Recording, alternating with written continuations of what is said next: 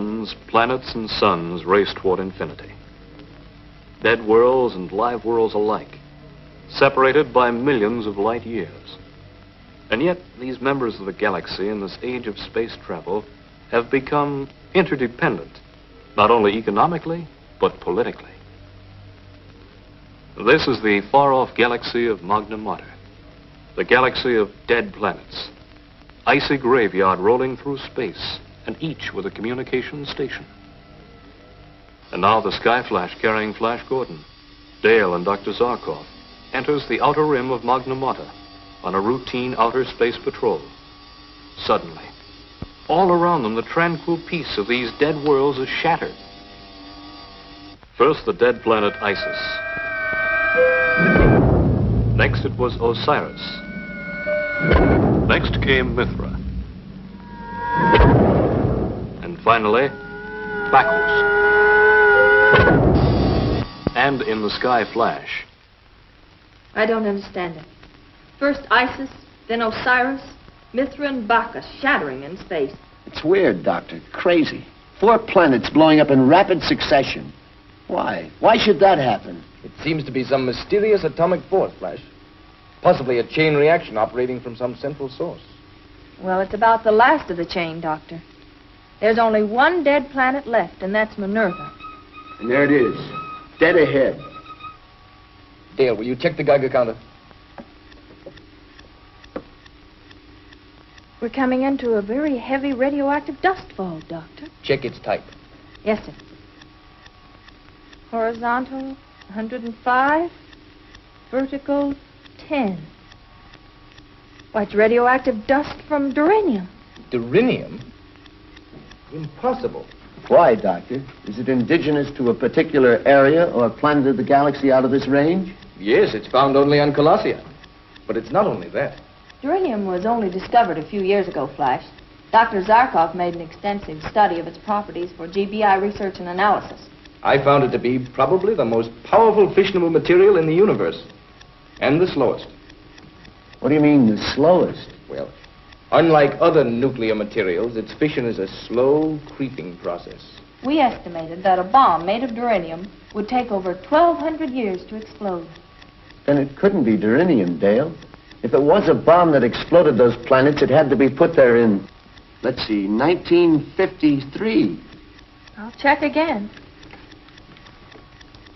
No, it still comes out duranium. Something wrong on Minerva, too. I'd better contact the communication station.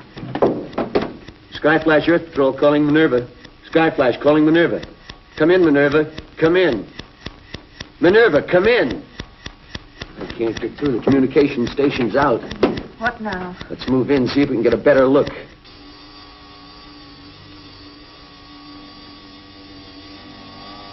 Why should the communication station be out on Minerva? Flash, we can't move through this atomic fog much longer without getting contaminated. I know, but we need information. For all we know, that chain reaction explosion may move from this galaxy into others. Maybe we can find the clue on Minerva.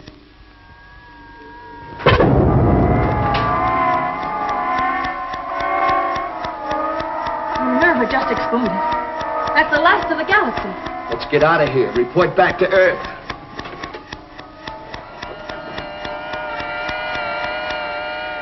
And now the Sky Flash pointed its nose toward home.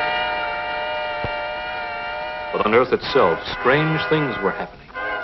Foreboding events foretelling a monstrous end.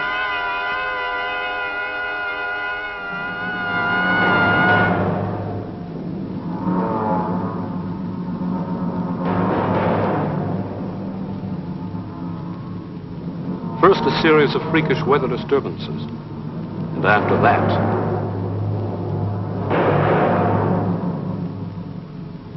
and panic and fear spread through every corner of the Earth like wildfire.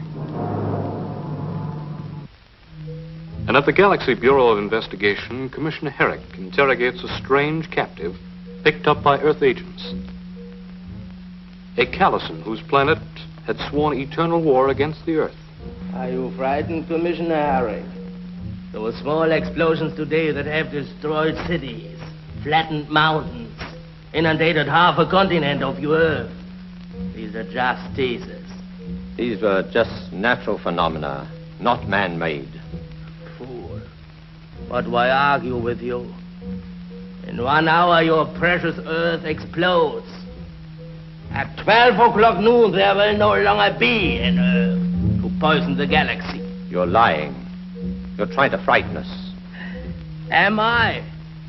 Then look at the fate of Isis, Osiris, Mithra, Bacchus. They're all gone, blown into eternity. All right. I believe you. What do you want to stop it? Name your price. Price? What can you offer when in 1 hour there will be nothing? A void.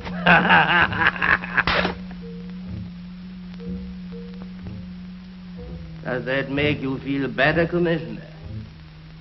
Come ahead, do it again. But hitting me will not find the duranium bomb smoldering into its final stage of fission. Who planted this duranium bomb? I did. You? When? Exactly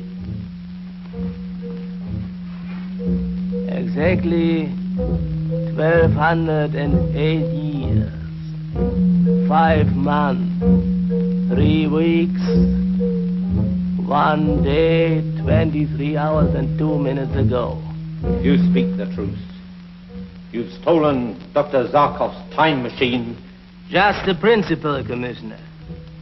Our Colossian scientists developed it in their own way, as one who has traveled back in time, Commissioner. Let me tell you, it was an interesting experience. Where did you plant that duranium bomb, eh? Where did you bury it? You will find out for yourself, Commissioner, very soon. Alan, you're sure the Geigers indicate nothing? Nothing. No, Commissioner. And they won't until fission. It's useless for you to try and locate it. At this late point in its reaction, it gives no telltale signal. You have less than 1 hour to live, Commissioner. You and every other Earthman. If we die, you die with us. I am a Colossian patriot. To die in this cause is an honor. Alan. Yes, sir. Establish contact with the Skyflash at once. It's cruising in the Magna Mater galaxy. If Flash Gordon or Dr. Zarkov don't come up with an answer... Calling Skyflash. GBI headquarters. Calling Flash Gordon to the Skyflash. Come in, Flash Gordon. That's the story. The whole story. Flash, Dr. Zarkov. We've got to figure out some way to find and deactivate the bomb. Otherwise, the Earth is doomed. There's less than 1 hour. A second after 12, and it'll be too late. There won't be an Earth to come back to. We're helpless up here. Completely helpless.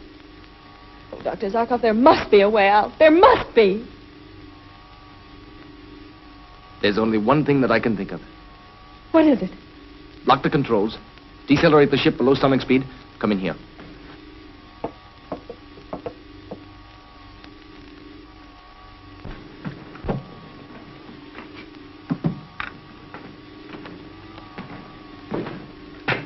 The time machine.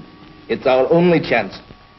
We've got to project ourselves back into the past just as the Colossian did. We must go back through time to the middle of the 20th century, the year 1953. If we can find out where the Colossian planted that duranium bomb, then we have a chance. How much of a chance, Doctor? 1,000 to 1. 1,000,000 to 1. Then let's take it. What's our speed now, Flash? We're at landing speed, Doctor. 350 an hour. Good.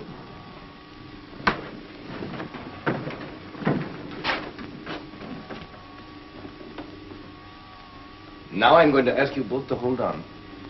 For the next few moments, you will be traveling back through time. The effect will be strange, possibly stupefying.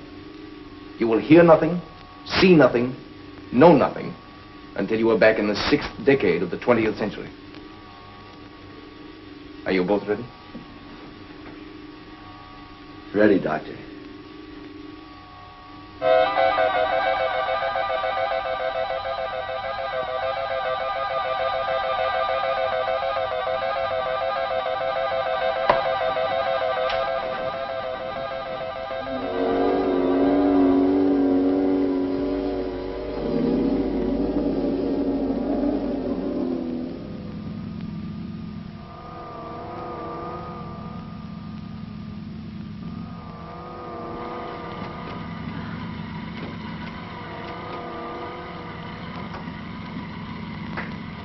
Where are we?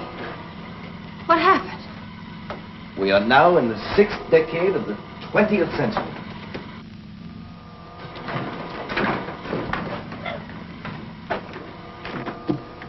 There it is, Dale. The Earth as it looked 1,250 years before we were born. How strange it looks. It's some kind of a city, Doctor. I'm trying to check it in this book of ancient maps.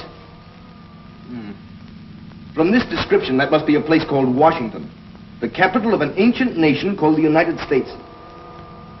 What's our direction? East by north. Another city coming up. That must be New York. New York? What a strange name. Dale, set the Geiger counter for Durinium and see if you can get me a reading. Yes, Dr. Zarkov. I am getting a reading, Doctor. The Durinium bomb is here, somewhere on Earth. Where, Dale? Can you locate it? Not quite. The signal is very weak, but it's a long distance from here, almost due east. No, Dale.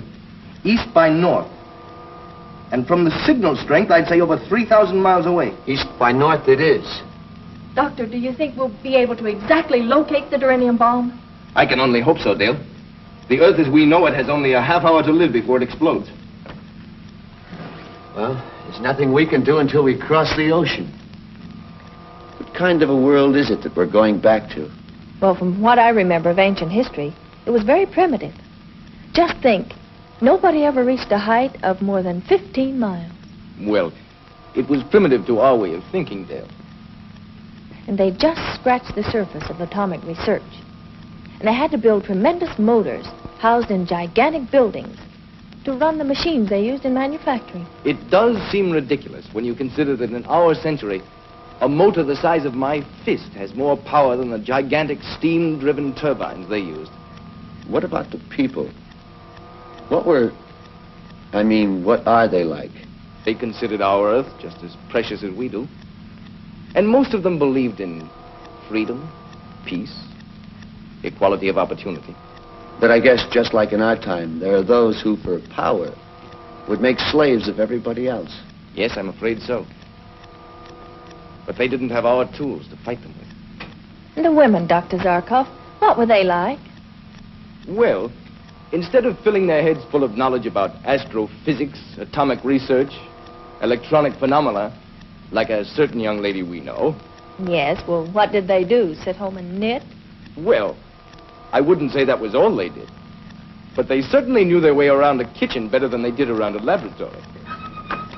Strange craft at 2 o'clock. Oh. In a moment, we'll be able to see it out the light window. Let's see. What is that clumsy craft, Doctor?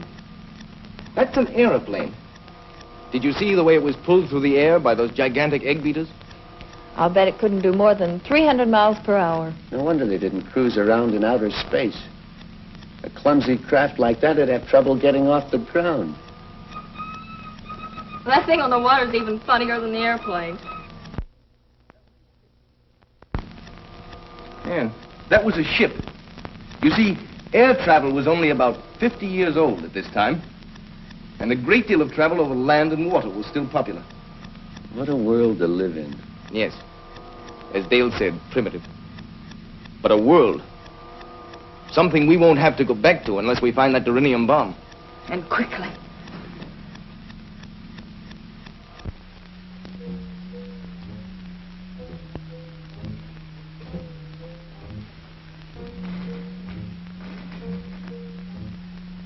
Where are they? Why don't we hear from them? There's nothing we can do about it now, Alan, except wait. Wait and pray.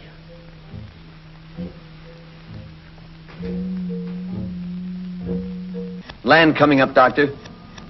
11:35. It took us exactly 5 minutes to cross the ocean. City coming up at 2 o'clock, Doctor. That must be a place called Paris. Flash, slow down. The Geiger's up to maximum. We're almost in the immediate vicinity of the bomb. Flash, look. The Geiger's hit maximum. That means the bomb is directly below us.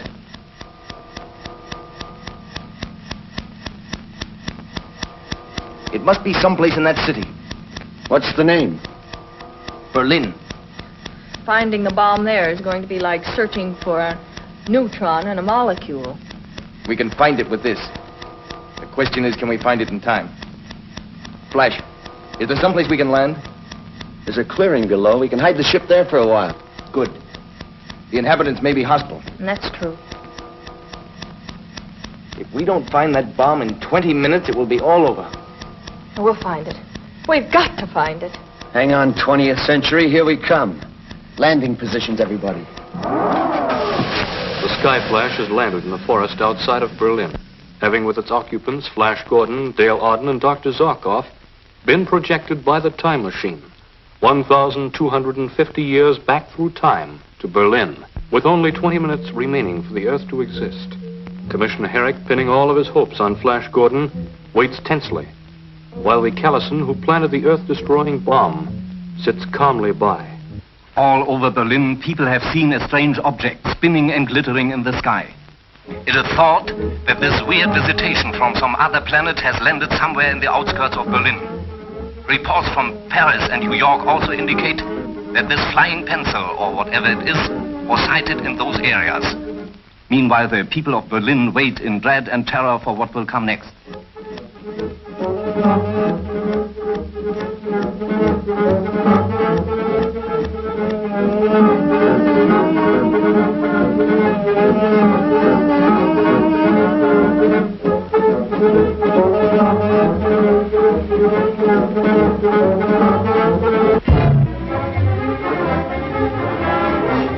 Achtung, Achtung, all cruise cars, be on the lookout for strange invaders believed to have landed from outer space somewhere in the vicinity of Berlin.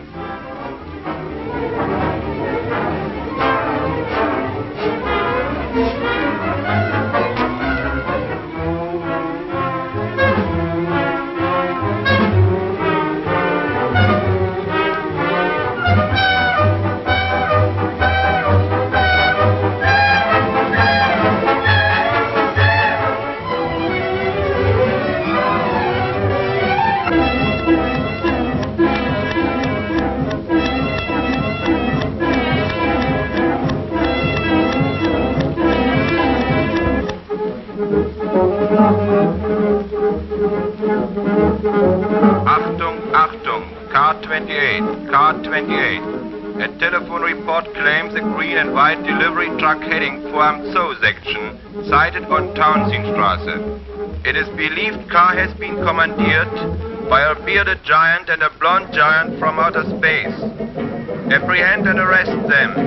If they resist, shoot to kill.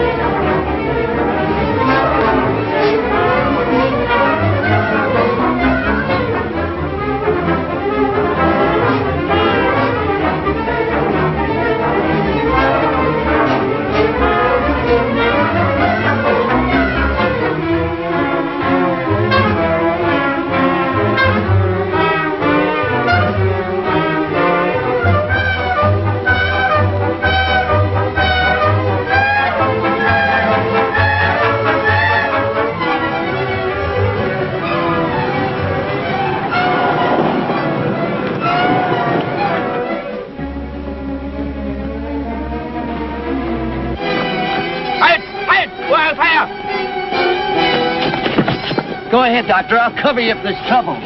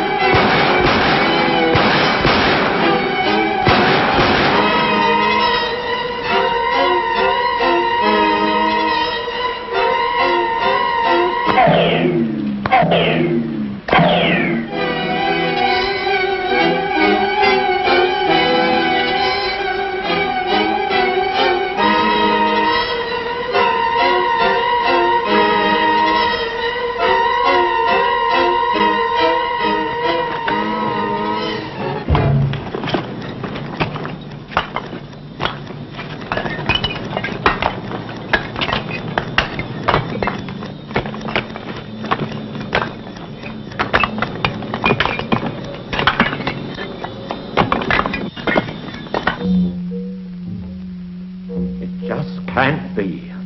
8 seconds now. Count them. 57, 56, 55, 54, 53, 52, 51.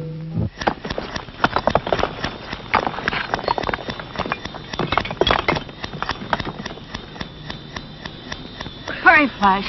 Only 30 seconds left.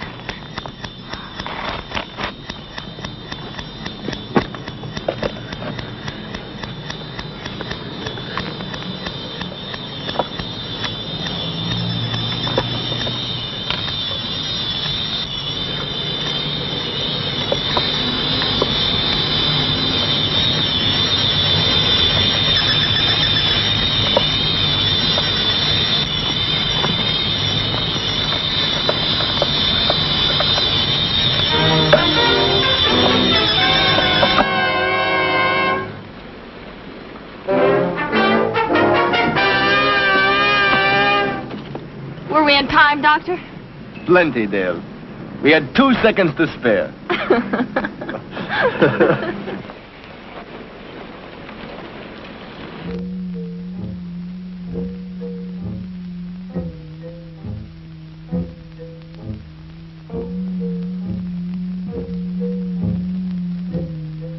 It looks as though this tired old world will still be around for a while. Yes. Whatever Flash did, it worked.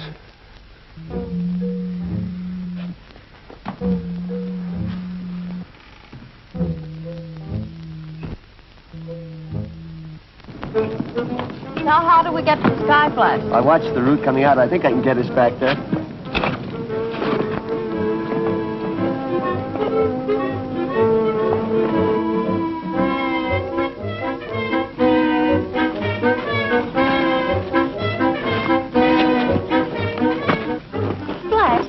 Stay here in our ancestors' time for a few days. It should be fun telling them everything that's going to happen to them for the next 1,200 years.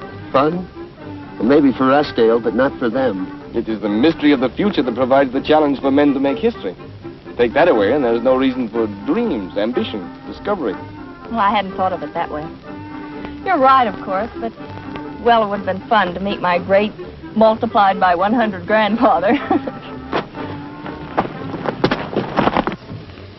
And a few hours later, as night falls on Berlin, into the starlit sky flashes a silvery streak.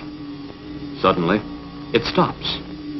It seems to hang for a moment, suspended in air. Then, before the eyes of a few stargazers and lovers who observed it, the sky flash disappeared into the future from whence it came.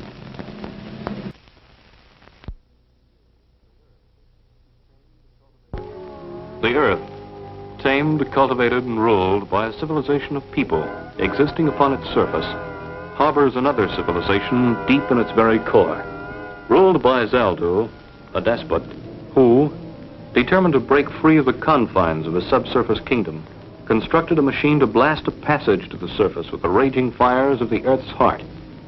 But Flash Gordon, with the help of Dale Arden and Dr. Zarkov, destroyed the machine and escaped back to their subsurface ship, the Earthworm, before they were consumed by the fires that their own destruction unleashed.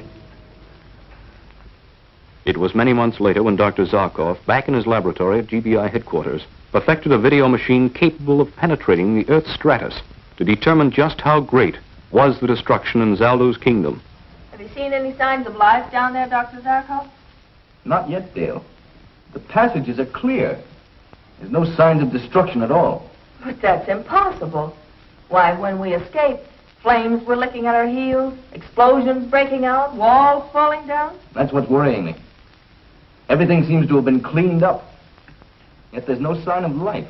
At this very moment, 1,500 miles inside the Earth's core, two of the strange creatures of the subworld gaze into a flickering screen. How much longer before I, Zaldu, can gaze upon the outer world? Forgive me, Martinez, but until I find a known magnetic channel to the surface, it isn't possible. I will wait no longer. I will see. Look. Here it is. The surface world. What are they? Surface people. Maybe they are another kind of surface people than those who come here. They move, but yet they stand still. Strange. Strange. And what is that which they stand in? And all of that surface behind them? It is another part of the surface world, Your Mightiness. It looks solid, as though one can walk upon it. More. I would see more of the surface world. I will conquer and rule. What can that be? I do not know, Your Mightiness. Even in my wildest dream of what is on the surface, did I imagine a sight like this. Aye. All is in such order, like the parts of a machine. The open corridors that lead from one place to another are like wires that go from one part of the machine to the other.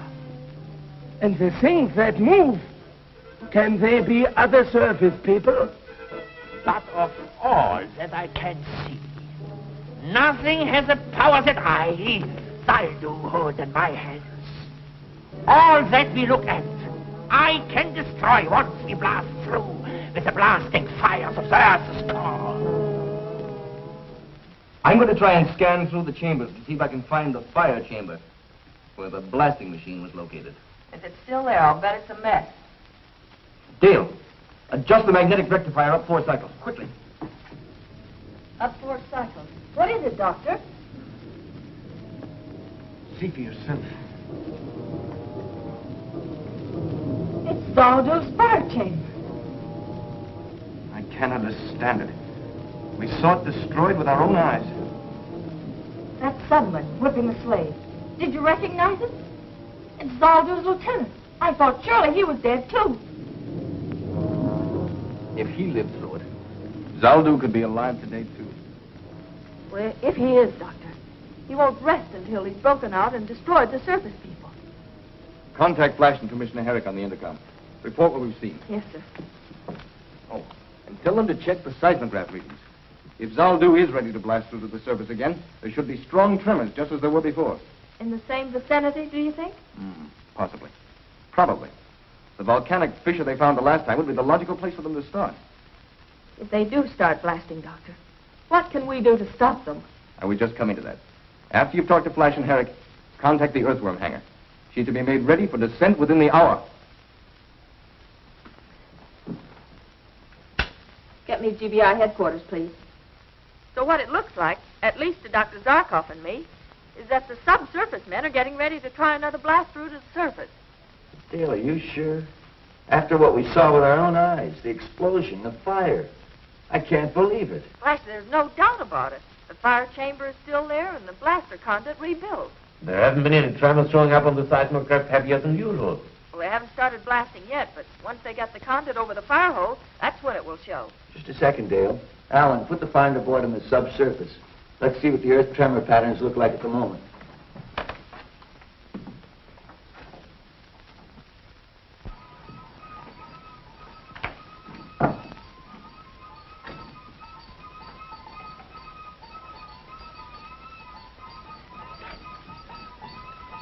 Nothing shows, Dale, but small tremors. When does Dr. Zarkov expect the blasting to start? How near ready are they? They're almost ready now. Come here, Dale, look. Call back, Flash. What's he trying to make that poor slave do? Place the conduit pipe over the fire hole. The fire seems so small, Doctor. There's not enough blasting power in that to burn through 1,500 miles of iron and rock. No, of course not, Dale. All we see are the flames that have forced their way through the damper opening. I was just wondering. Otherwise, the whole machine would blow up again. Within the pipe, they've constructed a small derrick. When the pipe is in place, they drop the derrick down, lift the damper, and let the full fire blast escape. We saw it work in reverse when we were in the fire chamber, remember? As we entered, the full force of the blast was shooting up through the conduit pipe. Flash pulled on the lever controlling the derrick, fighting the terrific pressure of the escaping flames. Slowly, he lowered it, until finally, the damper completely covered the fire hole. Now I understand. If we had left the damper open a bit, the machine would never have exploded. Exactly. What a horrible moment that was. The pressure building up so that we knew it would explode any second. While outside, the subsurface guards were trying to break through the door to save their king, Zaldu. And speaking of Zaldu, here he is in person, alive. By what miracle, I can't imagine. But alive, and ready to give the order to burn through to the surface. Get Flash and Herrick back. The tremor should start again almost immediately. Get me Commissioner Herrick. There are no more tremors.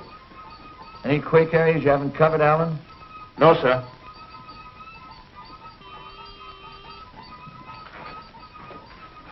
Herrick here. The conduit pipe is in place, Commissioner. Watch for major tremors to start almost immediately. Where? Your guess is as good as ours. Well, why don't you try the Oregon area where they tried breaking through before? Nothing, Dale. Dr. Zarkov is even quieter than usual. Maybe it's the calm before the storm.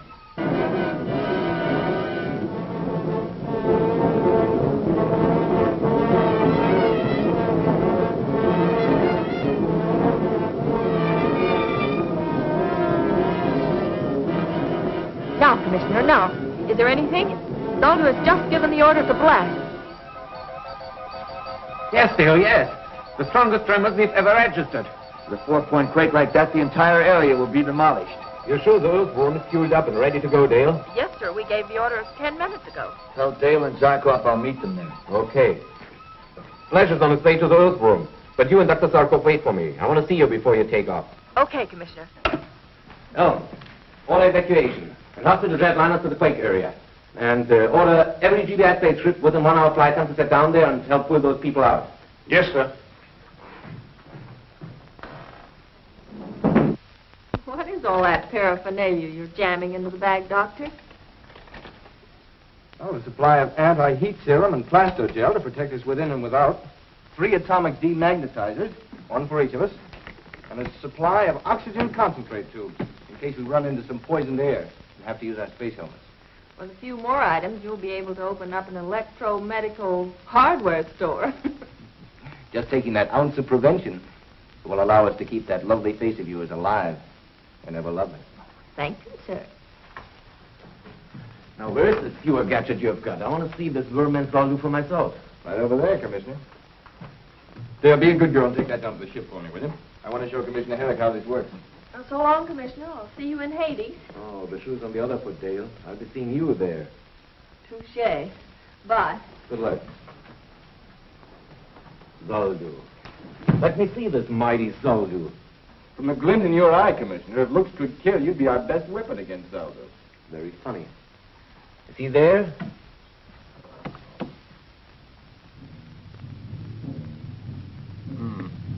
Not in the fire chamber. See if he's in his throne chamber. There he is. That skinny worm-eaten corpse is Zaldu? That wants to conquer us? And can, Commissioner. In his hands, he holds a power that's greater than any weapon we possess. The power of the Earth's fiery core. If he can bring this fire to the surface, he will unleash it, enveloping the entire surface, until the Earth is a ball of flame like the sun. He can really do this? Unless we can stop him. He will do this. I must go. We have no time to spare. Say, isn't there some way I can hear what he's saying? I'm sorry, I didn't have time to hook up the audio. If you'll call Dr. Abner, he can have it working in an hour. Oh, wait, sir. Bye. And good luck. Water pressure, normal. Check. Atto chambers, 1, 2, 3, 4, 5, all full. That completes the checklist, Flash. Good. Now we're missing just one item, Dr. Zarkov. What's holding him up? He's introducing Commissioner Herrick to Zaldu.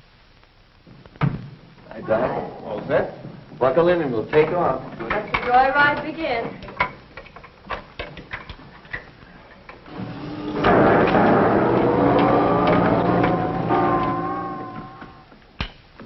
Herrick here. Any report from the quake area yet? Almost total property damage, sir. Not a building left standing. Loss of life? No figures yet, sir, but it looks bad. Evacuation started? Yes, sir. They estimate it will be cleared out within 12 hours. Well, keep me informed, will you? I'm in Dr. Zarkov's lab. Well, Doctor? Circuit's in order, sir. Turn on the audio. The surface men will come.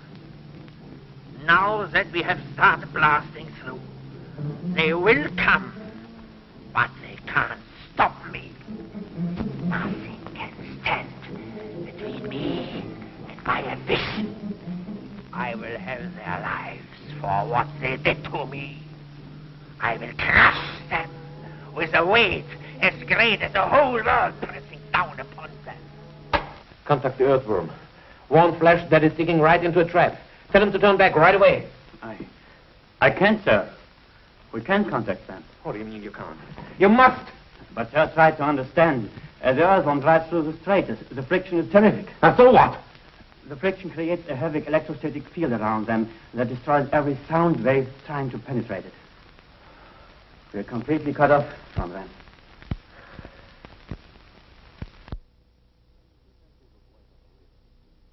Two pencils of light on a radar screen. One moving from the Earth's surface towards the kingdom of Zaldu in the core of the Earth. The other creeping from the core to the surface. The first light indicating a jet-propelled mechanical mole piloted by Flash Gordon. The second light showing the progress of Zaldu's blasting operation to the Earth's surface. Look. The surface people drive closer and closer by the minute. We are ready for them. Nothing must go wrong this time. Do you hear? Do you hear? All is in readiness. I have seen to it myself, Your Mightiness. Tell me what you have prepared. Tell me again. I must be sure. Tell me. When surface ship reaches point +1, we cease blasting operations to surface. That's my order. Go on. Then full power of earth fire will be channeled to magnetic activator in the chamber of iron. Yes, and then speak. The surface ship will be pulled into the chamber of iron and locked into it electromagnetically. Yes. Then I will have my revenge. All the fiery power of the Earth's core concentrated to crush them in a magnetic vice until they are dust.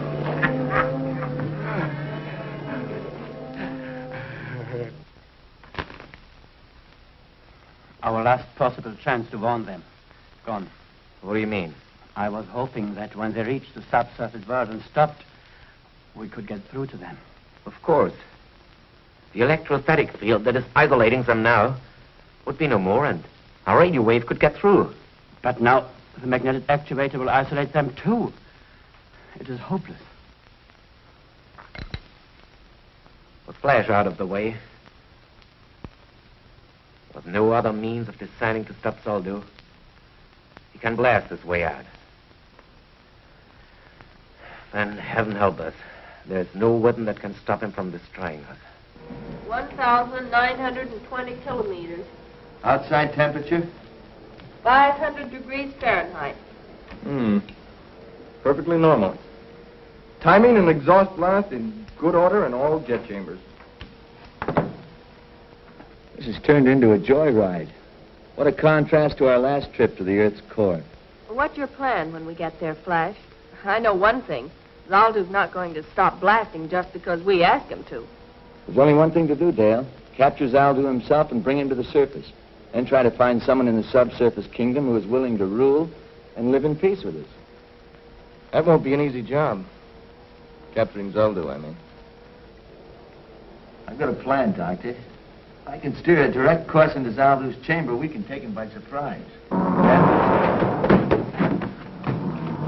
What was that? Of course, but I'm trying to. It's no call. Strange. All jet chambers working perfectly. We veered 20 degrees. As far as I can see on a fast check, there's nothing wrong with the earthworm. That means that a power even stronger than our aerojet motors is pulling us into... I don't know what. Your Highness, they have hit point 1. They have been turned by the magnetic activators. It is as I wish. It is as I wish. See? The earth fire is now channeled to the magnetic activator in the chamber of iron. The chamber of iron. That will be soon their chamber of death. Yes. Commissioner Herrick, the tremors have stopped. I know. But they'll start again, Elm. Very soon. And worse than ever. Don't stop evacuation.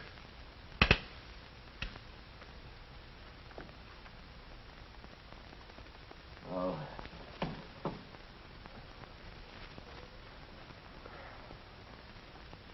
Poor Flash. Dale.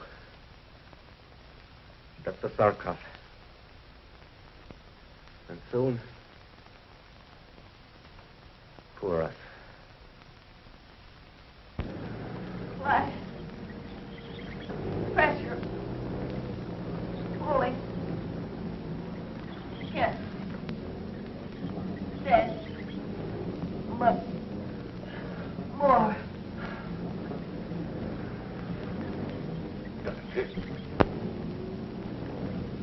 Can we do something with my very anti-magnetizer inside, one for each of us? Can you make it? That's right.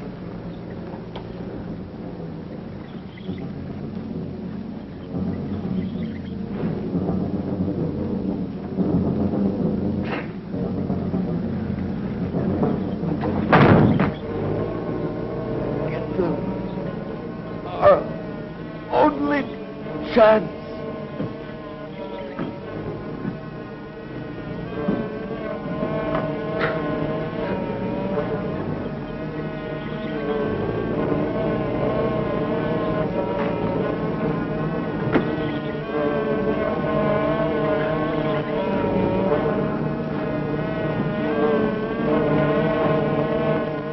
Pressure count? What is it? Speak. 300 pullers. Enough. Enough for the time. Let them suffer. Let them feel the hard muscles strain to keep them alive. In the chamber of iron, when the pressure comes from all sides, then, Your Majesty, they will feel the revenge of Zaldu. Yes, from all directions. It will tear and pull and squeeze every fiber. Look. Each second they draw closer. Even at this moment, no living thing could move a finger.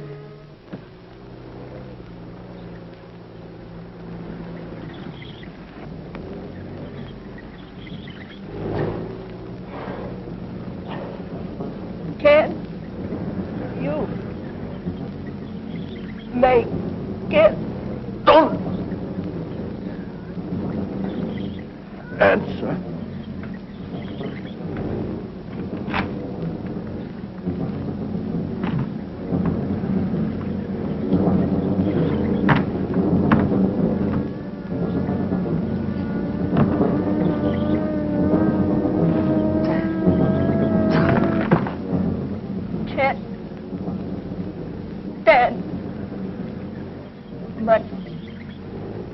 more.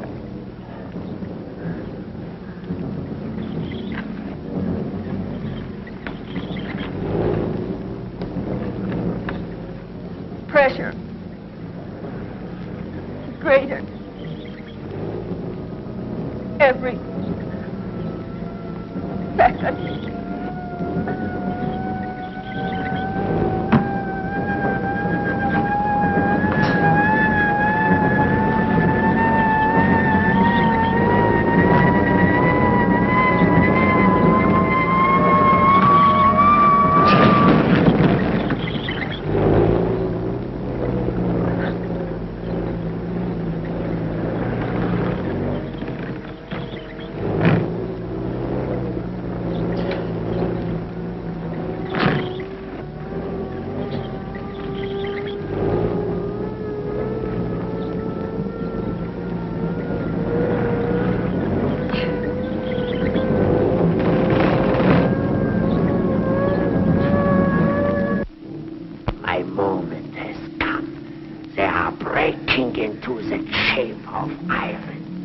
They are here. Trapped. Trapped. Now, I open all of the force of the earth's fire. Pour it into the magnetic activator. Listen to it scream as it rushes to crush them to dust.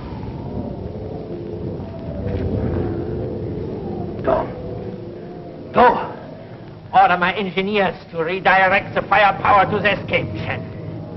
This time, nothing can stop us. Go. Do as I order. And now I will taste my revenge.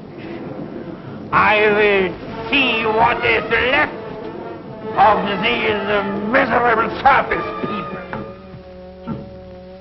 Empty.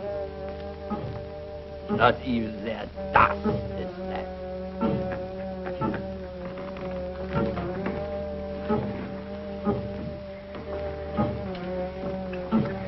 This is mine now. With this, Zaldu the Mighty will ride in triumph to the surface. And sooner than you think, Zaldu, old boy. Be alive. There's a distrusting man for you. Can't even believe his own eyes. I think you deserve an explanation, Zaldu. You see, I knew you wouldn't try and destroy us with heat again. Our plastogel defeated that try the last time. So he prepared us for your attempt to crush us with magnetic force. Next to heat. The greatest power in this subsurface world is your magnetized iron. I thought that somehow you would try to use it against us. Lucky for us you brought these atto-demagnetizers along, Dr. Zarkov.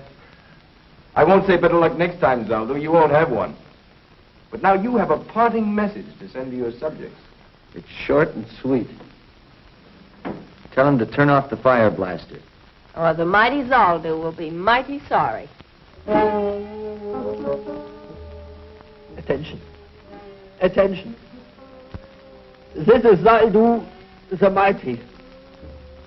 I order you to turn the fire from the surface channel.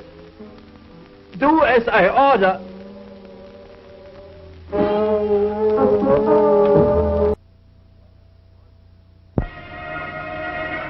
The planet Tarset, silent, inhabited only by shadows of a civilization long dead. A planet where life of every kind has departed. We must use Tarset, Commander Richards. There is no other planet on which we can conduct our negative gravity experiments. There must be another place. Tarset is out. Tarset is deserted. We can set up our experimental equipment using robot mechanisms and gauge the impulse reactions by electronic equipment set up on the Skyflash. I'm fully aware of the importance of your work, Dr. Zarkov, but you'll have to find another planet that will do as well as Tarset. There is none to our knowledge. I told you that before. Tarset is ideal. Well, then you'll have to find some place that's not so ideal. Tarset will not be used. But why? Will you please tell me why? You don't know what just happened to the exploratory mission we sent to Tarset? No. I've been in my mountain lab completely out of touch with things. What happened? Well, we'll soon know the details. All I've had up to now are fragmentary reports, but even from them I'd be a murderer if I let you go. Flash Gordon is here, sir, with Dr. Jervis of the Tarset expedition. Good. Send them in at once. Now we'll get the full story.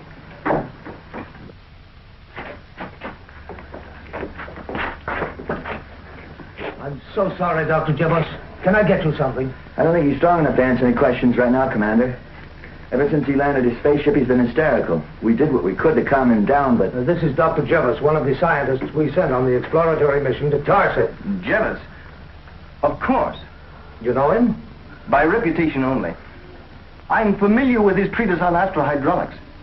Remember, Dale? Oh, that's right, Doctor. He's in a state of complete nervous shock. Well, Dr. Jervis, what happened up there? I'm Dr. Zarkov. What happened on Tarset? Where are the others who went with you? Dead. All dead. How? What happened? Speak up, man. What happened? I'm afraid he won't be able to answer any more questions, Doctor. He's completely... No. It's important that they know. I'll do my best. Don't send anyone there. You'll murder every man you send to Tarset. What kind of nonsense is this? Nonsense? You call it nonsense when your own companions are stricken before your very eyes? When suddenly they are dead? For no reason, for no cause, except a curse. A curse? What curse? A curse of Belphegor. It strikes in silence. It will kill anyone who sets foot on that horrible planet. It didn't kill you. My escape is a miracle. Just a miracle. Perhaps you'd better tell us exactly what happened. Yes, I will. There were 4 of us in that expedition. 4 of us who landed on Tarset. There was Williams, leader of our company, an outstanding physicist. Leclerc, astrochemist. Bending, our engineer. And myself. Our landing on Tarset was easy enough. We made our way to a structure that we had seen from the spaceship. It was the only building not in utter ruins.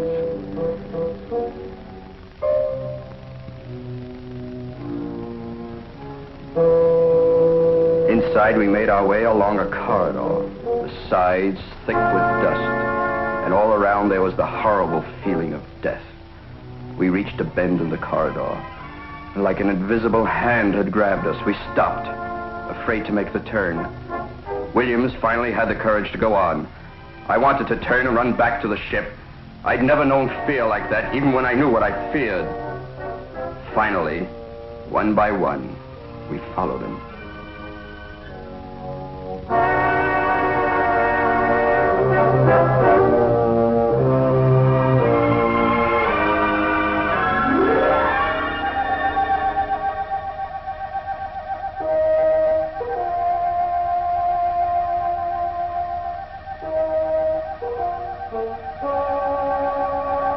Williams saw it first. Belphegor, ancient god of Tarset. Its face looked as if it had been carved out of a solid block of evil. And then we heard its voice. I am Belphegor. Know all ye who trespass upon my tomb, that upon ye shall rest my curse forevermore. The voice. That horrible voice. I still hear it. Williams walked towards the idol on the throne. Then suddenly, a blinding light shot down upon him, shooting from its single eye. He fell. Leclerc ran to help him, and the light caught him. Bending and I stood horrified. They were dead. So we turned, we ran, as if evil on the wing were after us. We ran. I heard Bending running behind me. Suddenly he screamed. I looked back. The light had him.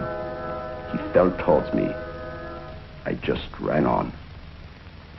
A terrifying experience. Don't send anyone to that planet. It's cursed. Ridiculous. We must use Tarset for our negative gravity experiments. Aren't we sticking our necks out? If what happened to him happened to us, we have no choice. The threat to our galaxy from the people of Eben has never been so serious as it is now. Our only defense will be negative gravity.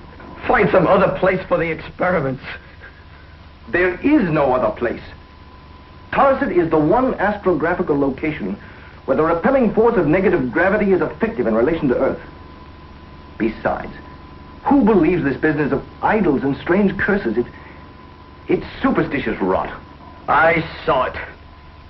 You'll have a chance to see it again. I'm going to Tarset. I'm with you, Doctor. Dale? I'm ready to start right now. Well, Dr. Jervis, we can make it without you, but if you'll come along as our guide, we can save much valuable time. No, I can't.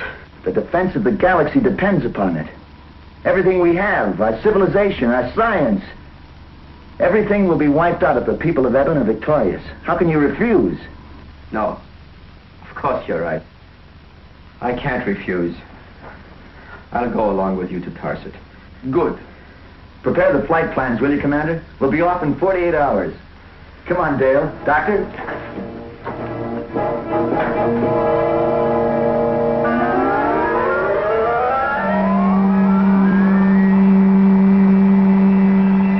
Invasions from Eben.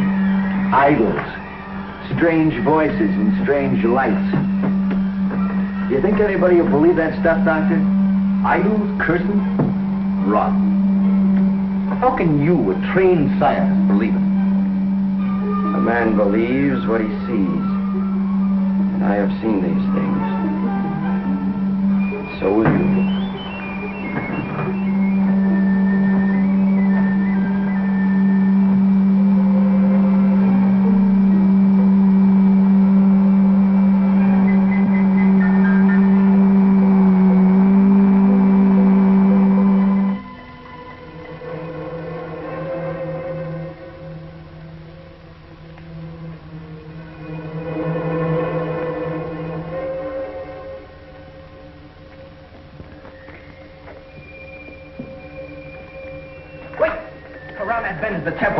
Please don't enter. We'll never get out alive. You did the last time. Maybe we'll be as lucky. Let's go, Doctor.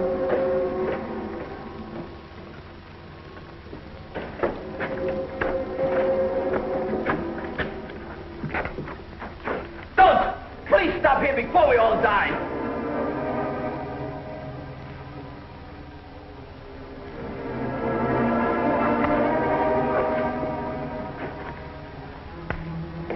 No! Going someplace? Come on. Who's this, Bending? Just as he fell.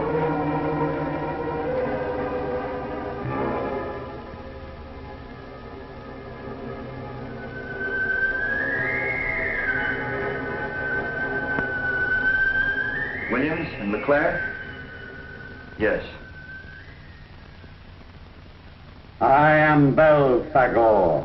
The voice. Know all ye who trespass upon my tomb, that upon ye shall rest my curse forevermore.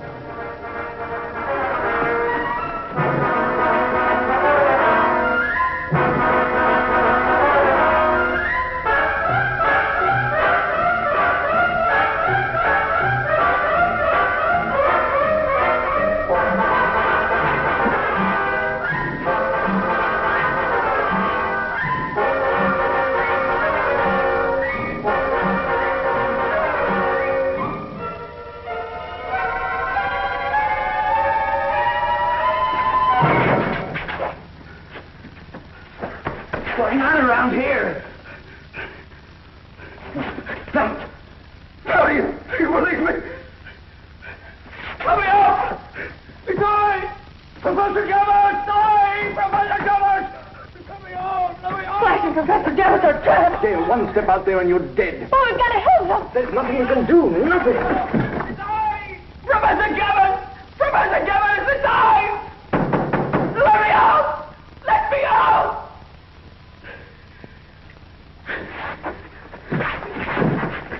All right, Professor Jealous. If you ever expect to get out of here alive, start telling the truth. The truth? What are you talking about? You saw. I saw plenty. Enough to know that you've been lying from the word go. I haven't. Tell the truth. What's it all about? I don't know. The curse of Belphegor. Kind of a moron do you take me to be, Jealous? Curses, idols. The next thing you'll be screaming about will be witches riding around on brooms. You're lying. No! You said Bending was killed while running down the corridor with you. But when we found him, his head was towards the idol. He wasn't killed while running away. He was killed before he ever got there. Why did you lie about that? I didn't. All three were killed, but you were allowed to escape. Why? I don't know. You do know. Tell me the truth. I won't tell you anything. Let me out. Let me out. It's I, Professor Gabbard. Let me out. Let me out. The wolves. They're coming in to crush us. Now will you tell the truth? They're going to kill you along with the rest of us. No, they can't. They promised to save me. Who? Who promised? The men of Eben. They trapped us in the temple. They told us to help them or die. Williams, LeClaire, Bending chose death. Why is Tarset so important to them? To the invasion. It's coming in this direction. They want to use Tarset as a staging area for that final assault upon Earth. How could you betray your galaxy like that? And worse, watch your friends die while you agreed to help their killers.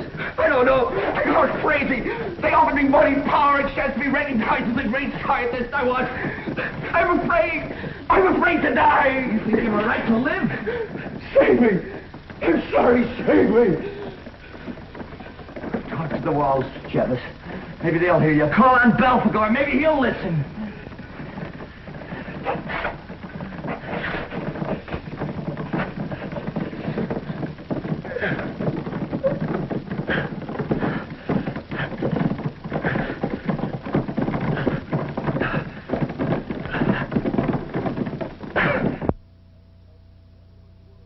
The Flat Tarset, a dead, desolate world long deserted by its people.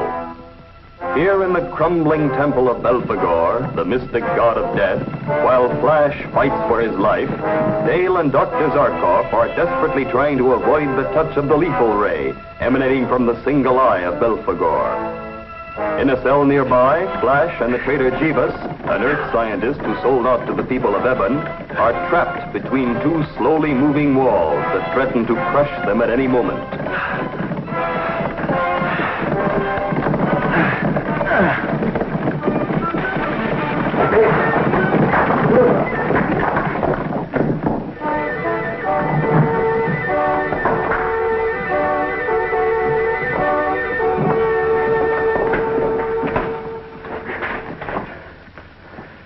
A miracle. A miracle. No miracle, Jealous. The walls are so dry and crumbling, the pressure from the moving wall pulverized them. The whole temple is ready to fall. What are you going to do with me now? Right now, I'm interested in Dale and Dr. Zarkov, not you. Who else is on this planet besides us? Nesbit. Who's he? A man from Eben. One of their intelligence agents. The one who bribed me. How many with him? I don't know. Some. Maybe 3, 4. What's behind it all? I told you. They want to use this planet to spearhead an invasion on our galaxy. When? When will it begin? Soon. That's all I know. Soon.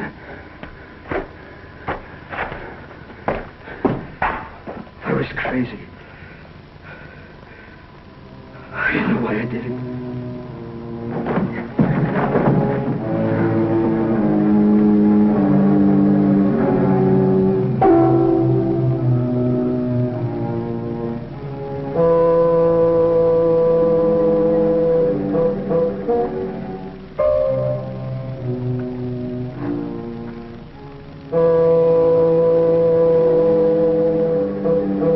Come in, Dr. Zarkov. and bring your charming companion. Come in.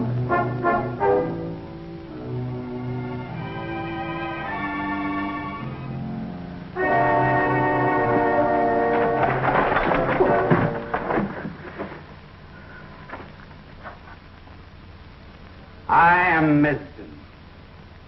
I am Chief of Intelligence to His Exalted Mightiness Draco, ruler of Eben. Eben? Yes, Eben. You are an unexpected prize, Dr. Zarkov. I hardly expected so impressive a bag to fall into my net. I'm easily bored with second-rate theatrics. So why not get to the point? Point one. Don't look for help from Flash Gordon. He and that idiot Jevov are dead. By my hand.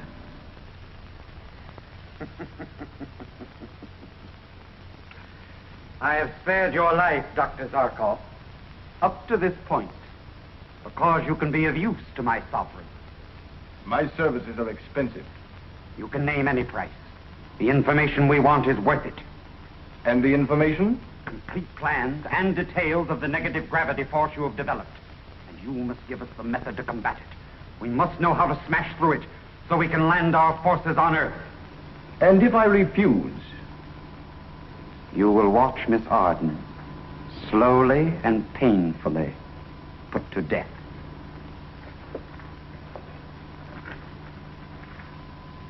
Well, Dr. Zarkov, what is your answer? His answer is no. But Dale... My life against the millions they could take on Earth? We have no choice, Doctor. We'll see how brave you are, Zarkov, while you watch her slow destruction. The death eye of Belfagor will bring you Earthlings to your knees.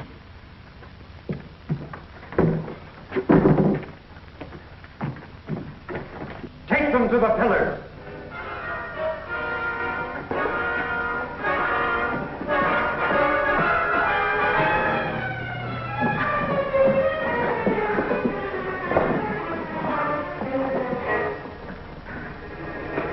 Sorry, Jim. I can't say I'm not scared. Your scientific mind, Dr. Zarkov, won't accept the preposterous idea of an idol possessing a lethal curse. The curse of Belfagor is man-made. It's a lethal weapon, not a curse. You have seen the result? Obviously, you have a paralysis ray machine set into the idol's head. Quite right. A paralysis ray machine, whose controlled ray cuts through organic matter, destroying the millions of nerves, eating its way deep into the very nerve centers until total paralysis is achieved. You're a fiend. Not by choice. This is war. Dale, I can't let them do it. You must. I can't. You must. And you will.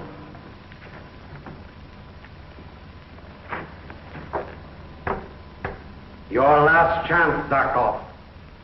Think. Can you stand there and watch her shrivel slowly?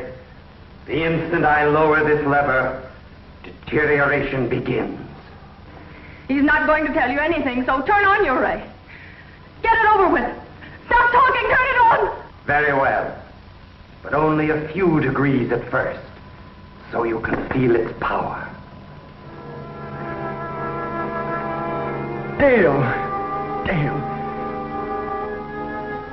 Swear to me, Dr. Zarkov, you won't tell them. No. Swear it. All right. You barely felt anything.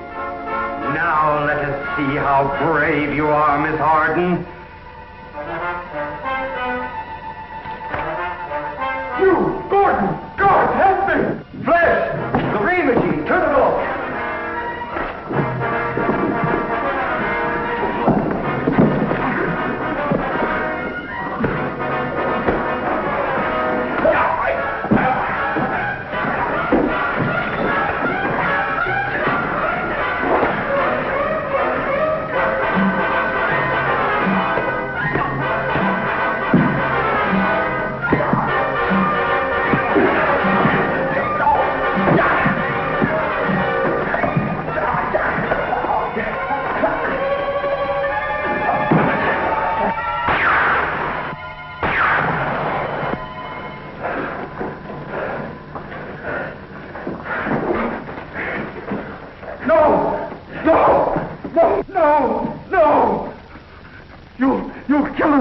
Untie them. We'll die, just as they did. You exaggerate, Mesden. What? Untie them.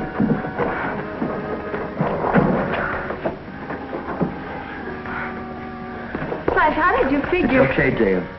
I heard him say the ray penetrates organic matter, so I slipped my watch glass over the lens of the machine. Stopped the ray dead. That was quick thinking. Yeah, we've got to get out of here. Where's Professor Jevons? I don't know. He sold out to Evan, led us into this trap. It's hard to believe that. That's true. He admitted it to me. We've got to get back to the Sky Flash and notify Commander Richards immediately. The invasion is about to begin. Stand where you are. Don't make a move. Hail Draco! Who are these Earthlings? They are those who would stand against your exalted mightiness. Flash Gordon, Dale Arden, and the bearded one is Dr. Zarkov. Ah, so. I know of them. Whosoever shall stand between Draco and his destiny shall be ground into dust. Guards!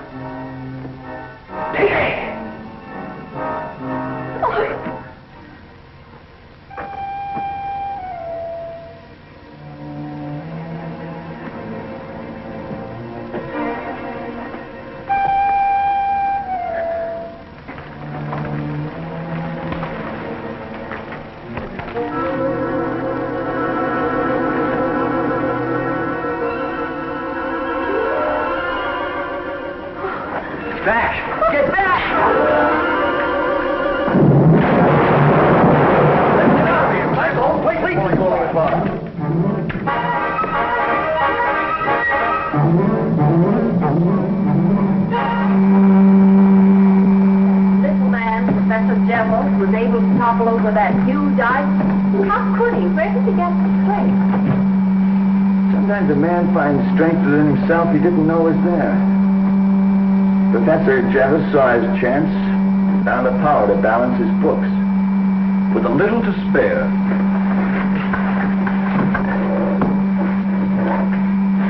Flash Gordon and Sky Flash 2 calling Commander Richards at GBI headquarters on Earth. Flash Gordon calling Commander Richards. Richards here. Flash, I've been on tenterhooks waiting for your report. I'll give you all the details as soon as we land, Commander. In the meantime, you can call off all emergency defensive measures as far as an invasion from Evan is concerned. There will be no invasion. Draco, tyrant of Evan, is dead. Flash, are you sure? This is tremendous news. When you release the news, Commander, one thing you must do. Sir, Flash, what is it? Be sure that all credit is given to Professor Jevons, a great patriot who sacrificed his life in the service of his galaxy. Skyflash 2 signing off. The truth will be our secret. Ready for takeoff. Chart a course for home, will you, Dale? Home it is.